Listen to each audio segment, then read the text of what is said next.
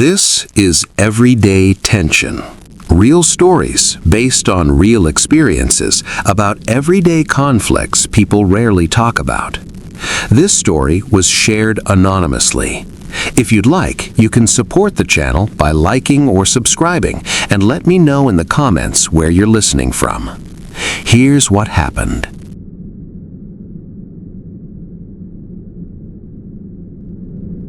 It started on a Thursday. My car was in the shop for a brake line thing, and Matt, my husband, had a big meeting an hour away he couldn't miss. We had a 6-month-old daughter, Chloe. The usual daycare was closed for teacher training. It was the kind of logistical knot that makes parenthood feel like a poorly designed board game. I stared at my phone contacts. My mum lives in Florida. My sister was swamped with work. The list was short. "We could ask my mom," Matt said, not looking up from his laptop. He said it the way you might suggest eating leftovers for the third night in a row. Not excited, just acknowledging the only option on the shelf. I didn't love the idea. His mum, Barbara, is a lot. She's the kind of person who gives advice you didn't ask for, wrapped in a tone that implies you're a simple child. She'd made comments since Chloe was born, about how we swaddled too tightly, how the organic formula was a scam, how in her day babies slept on their stomachs and turned out just fine. It was a low-grade, constant static of criticism. But she'd also shown up with casseroles.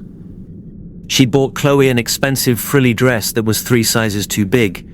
Her intentions, I always told myself, were in the right place. The delivery was just abrasive. "You think she'd be okay with it?" I asked. "She's been hinting about babysitting since Chloe was born. Give you kids a break," she says. "It's 4 hours, Sarah. What could happen? Famous last words. You never think you'll be the person saying them until you are." I called her. Her voice was bright, almost triumphant. "Well, finally. I was beginning to think you didn't trust me with my own granddaughter." She laughed, but it had an edge. I brushed it off as eagerness. "Of course we trust you, Barbara. It's just from 10 to 2. She'll need a bottle around 11, and she'll probably nap around noon. She likes to be rocked. The expressed milk is in the fridge, just needs to be warmed. No solids yet, just the milk." Yes, I've raised a child, you know." The laugh again. I wrote everything down anyway, a detailed list. Bottle times, nap routine, favorite songs, where the diapers were, our pediatrician's number, our numbers, the neighbor's number. I taped it to the fridge. The morning of, I was a ball of nerves. I dressed Chloe in a simple onesie, not the frilly dress Barbara had bought. I didn't want any commentary. Matt was rushing, tying his tie in the hallway mirror. "Just relax," he said, kissing my forehead. "It's my mum. She's not a stranger." That was exactly what worried me. Strangers you can give clear instructions to. Family comes with baggage and assumptions. Barbara arrived 10 minutes early, carrying a large tote bag. "I brought some things," she announced. I peeked in.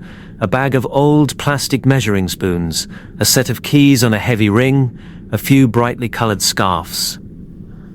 "Toys," she said, seeing my look. "Babies get bored with the same things." "She's 6 months old, Barbara. She likes chewing on a silicone banana and watching the ceiling fan." "Nonsense. She needs stimulation." I felt a twist in my stomach. I went over the list on the fridge again. Barbara listened, nodding, but her eyes were roaming the living room like she was already planning her own agenda. "And just the bottle, right? No cereal or anything in it? Just the milk." "We're not starting solids for another month or so, per the doctor. Doctors change their minds every week. A little rice cereal never hurt anyone. It helps them sleep. Just the milk, please." I tried to make my voice firm but pleasant. She waved a hand. Fine. You two go. We'll be just fine, won't we, Chloe Bear?" She scooped Chloe out of my arms before I could hand her over. Chloe, who was in a happy mood, gurgled and grabbed for Barbara's necklace. "See," I told myself. "It's fine. She's fine." The 4 hours were a weird limbo. Matt's meeting went long. I ran my errands, but my mind wasn't on grocery lists. I kept picturing Chloe crying and Barbara giving her a spoonful of cereal just to quiet her. I called at 12:30. "Hello," Barbara sounded breathless. "Hi, just checking in. How's it going?" "Oh, we're having a ball. We're playing a game. A game. Yes, she loves it. She's giggling like crazy." "That's great. Did she take her bottle okay?" "Most of it. She's a little distracted." "We're busy. Is she fussy for her nap?" "She usually goes down around now." "Not a bit. Full of energy. Don't worry, Sarah. I know what I'm doing. Talk later." She hung up. I stood in the detergent aisle, holding my phone. "We're playing a game." It should have sounded harmless, but the breathless energy in her voice, the quick hang-up, it felt off. Maybe I was the over-anxious new mom she probably thought I was. I got home at 2:15. Matt's car wasn't back yet. I walked in, and the scene was normal. Barbara was on the floor, sitting cross-legged. Chloe was on her back on a blanket. The TV was off. The plastic spoons and scarves were scattered around. "Hi, how'd it go?" I asked, dropping my bags. "Wonderful. We had the best time. Didn't we, sweetie?" Barbara tickled Chloe's belly. Chloe smiled, but it was a tired, overstimulated smile. Her eyes were a little glassy. "Did she nap at all?" "She dozed for a few minutes around 1. She just wasn't having it. We were having too much fun." I picked Chloe up. She felt warm, and she immediately buried her head in my shoulder, which she does when she's overtired or overwhelmed. She also had a faint, strange smell. Not her usual baby smell. Something metallic, almost like pennies. "What was the game you were playing?" I asked, trying to sound casual. I bounced Chloe gently. "Oh, just a little peekaboo with the scarves." And then I showed her how the spoons feel. Different textures, you know? And we did a little key play. Key play? Yes, you know. Barbara picked up the heavy key ring. It had maybe a dozen old keys on it. Big skeleton keys and Yale keys. You jingle them, and they love the sound. And then you let them feel the cold metal. It's sensory development. I felt a cold trickle down my spine. "You let her hold the keys?" "Well, not hold. They're too heavy." I tapped them on her tummy, on her legs. She liked the cool feeling. And then we did a little taste test. The world narrowed. The grocery bags by my feet, the afternoon sun through the window, Barbara's smiling face, all had receded into a tunnel.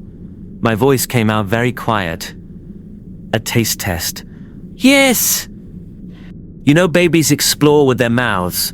I just tap a key on her lips, just lightly, so she could taste the metal.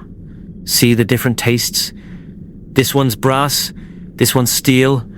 She was so curious about it. I looked down on my daughter, her head heavy on my shoulder. The metallic smell. She'd been salivating. She'd been tasting old, dirty keys. Keys that had been in Barbara's basement, in drawers, in bags. Keys covered in God knows what. Bacteria, lead, dirt. My heart was hammering so hard, I thought Barbara might hear it. I didn't scream. I didn't cry. I just turned and walked into Chloe's nursery. I closed the door softly behind me. I sat in the rocking chair, holding Chloe against me. I rocked. Back and forth. Back and forth. I heard the front door open. Matt's voice. "Hey, Mom. Everything go okay? Perfect. We had such a fun morning. Sarah's in with the baby." I kept rocking. A few minutes later, there was a soft knock. Matt came in. "Hey, you okay? Mom said you seem tired." I looked up at him. "Get your mother out of our house." "What?" "Get her out. Now. Don't let her say goodbye. Don't let her touch Chloe. Just get her out." His face went from confused to concerned to slightly annoyed. "Sarah, what on earth happened?" She said they had a great time. "Matt, please, just do this for me right now." "I will explain after she is gone." Get her out." He must have heard something in my voice. The flat, dead certainty. He nodded and left. I heard low voices in the living room. A confused tone from Barbara. "Is everything?" Matt's murmuring. "She's just tired. Thanks so much, Mum. I'll call you later." The front door closing. He came back into the nursery. "She's gone." "What happened?" I told him. "The keys, the taste test, the metallic smell on our baby." I spoke in a monotone, still rocking. His first reaction was disbelief. "She... what? No, she wouldn't do that. That doesn't make any sense. Why would she do that?" "I don't know, Matt. To stimulate her? To teach her about metals? I don't know. But she did it. She told me about it, smiling, like it was a brilliant educational activity. Maybe you misunderstood. Maybe she was just jingling them near her. She said taste test. She said tap a key on her lips." "Chloe smells like a pocket full of change." I didn't misunderstand. He sat on the floor, his back against the crib. He ran his hands through his hair. Okay, that's gross and weird. But it's not. I mean, she didn't hurt her. Chloe seems fine. She's exhausted and overstimulated. She's been tasting dirty keys for who knows how long. Do you know what's on those keys? Lead? Germs? She's 6 months old, Matt. Her immune system isn't fully developed. This isn't just weird. It's dangerous. It's inappropriate. It's not what we asked to do. I know. It's not okay. I'll talk to her. Talking isn't enough. She doesn't get to babysit again. Ever. He looked up at me, shocked. "You're banning my mum from seeing her granddaughter, from babysitting her." "Yes, that's exactly what I'm doing. That's an overreaction, Sarah. She made a mistake, a dumb, gross mistake. We'll tell her it's not okay, give her the rules again, and she won't do it again. You think it's about the keys. It's about the complete disregard for everything I said. It's about her deciding she knows better. It's about her treating our child like a science experiment for her weird ideas. What's next? Letting her taste bleach to learn about cleaning. Putting her in the dryer for a spin cycle to learn about motion. Don't be ridiculous." "I'm not being ridiculous. I'm drawing a line. She demonstrated she can't be trusted to follow basic common sense instructions, so she loses the privilege. Period. We argued. It wasn't a shouting match. It was a tense, grinding debate that lasted through dinner, after we put Chloe to bed, into the dark of our bedroom. He circled back to the same points. She didn't mean harm. She loves Chloe. She's family. She's just from a different time. This is how you create a rift. My points were simpler. I don't care what her intentions were. The action was unacceptable. My job is to protect Chloe, not to manage his mother's feelings. Trust was broken. So what? She can never be alone with her. Even when she's 5, 10? I don't know, Matt. Right now, the answer is no. Maybe when Chloe can talk and tell us exactly what happens. Maybe never. I don't know. This is gonna devastate her. Good, I said, and I meant it. I wanted her to feel devastated. I wanted her to feel a fraction of the cold fear I'd felt when I realized what she'd done. He didn't talk to her that night. He said he needed to think. The next 2 days were icy between us. We moved around the house like ghosts. He'd hold Chloe, look at her, and I could see the conflict on his face. Was this really bad enough to cut his mother off? I fed Chloe, changed her, watched her like a hawk for any sign of illness. Every little gurgle in her stomach made me freeze. On the 3rd day, Barbara called me. Matt must have told her to call me, to smooth things over. I saw her name on the caller ID and let it go to voicemail. She didn't leave one. She called Matt. I was in the kitchen, making a bottle, when I heard his side of the conversation from the living room. "Mum, look, it was just really not okay. No, Sarah's not overreacting. I saw the keys. I smelled Chloe. It's not about you being a bad grandma. It's about following the rules we set." Well, that's the thing. For now, we're not comfortable with you babysitting anymore. Mum, don't. Mum, listen. His voice was strained, pleading. Then it got quiet. He was just listening. I couldn't hear her voice, but I could imagine the tone. The wounded, incredulous tone. The guilt trip. He came into the kitchen, his face pale. She's hysterical. She says we're accusing her of trying to poison Chloe. She says she can't believe we'd be so cruel. She says she'll never forgive us for this. Okay, I said, shaking the bottle. Okay? That's all you have to say? My mother is sobbing on the phone, and you say, okay, what do you want me to say, Matt? I'm not sorry. I'm angry. Her being sad doesn't make what she did less wrong, it just makes it messier. He stared at me like he didn't know me. You're really that hard-hearted about this? The word stun. Hard-hearted. For protecting my child. Yes, I said. When it comes to this, I am. That was the new line, not just with Barbara, but between Matt and me. We weren't a united front. He thought I was too harsh. I thought he was too weak.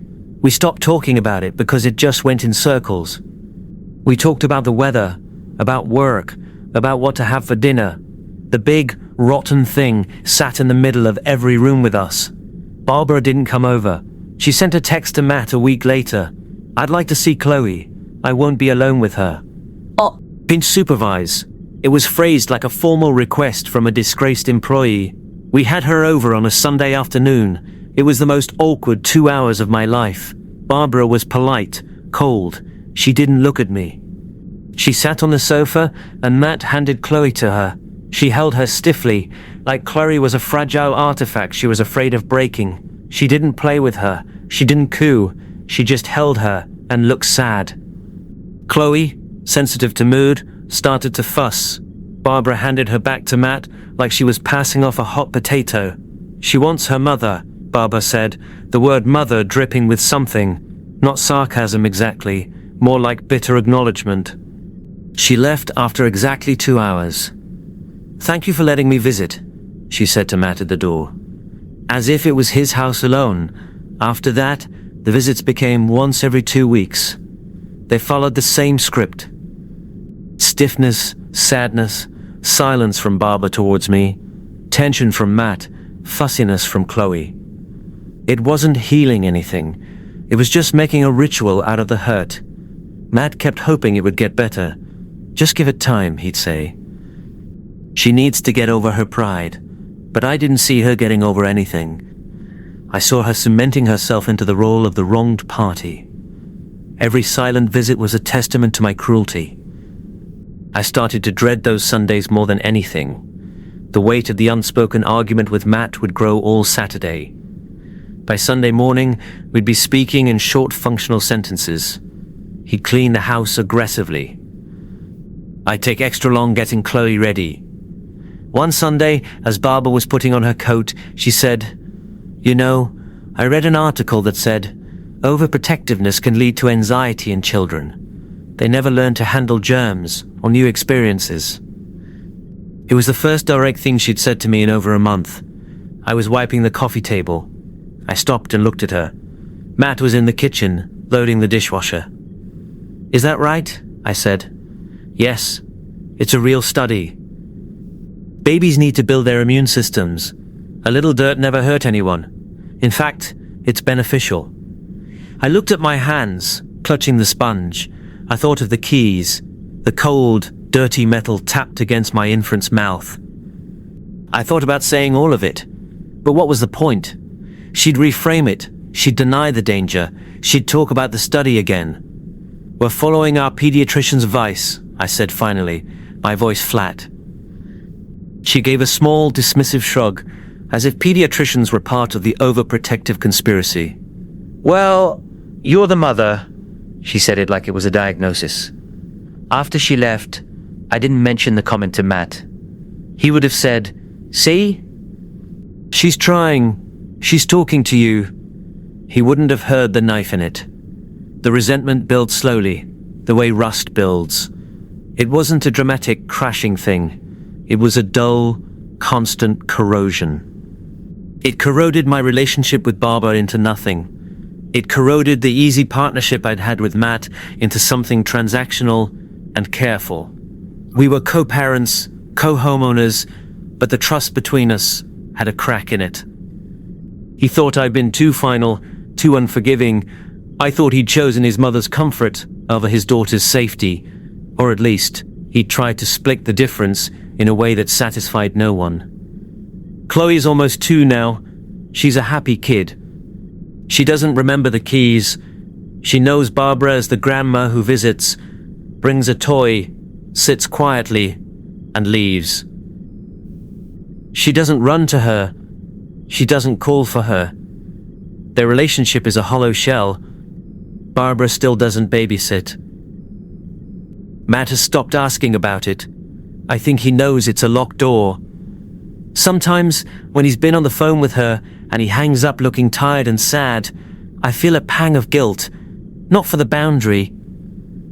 I still believe, in my bones, that the boundary was necessary. I feel guilt for the sadness I've caused him, for the rift that may never heal, for the fact that his mother's relationship with his child is this stilted, supervised thing.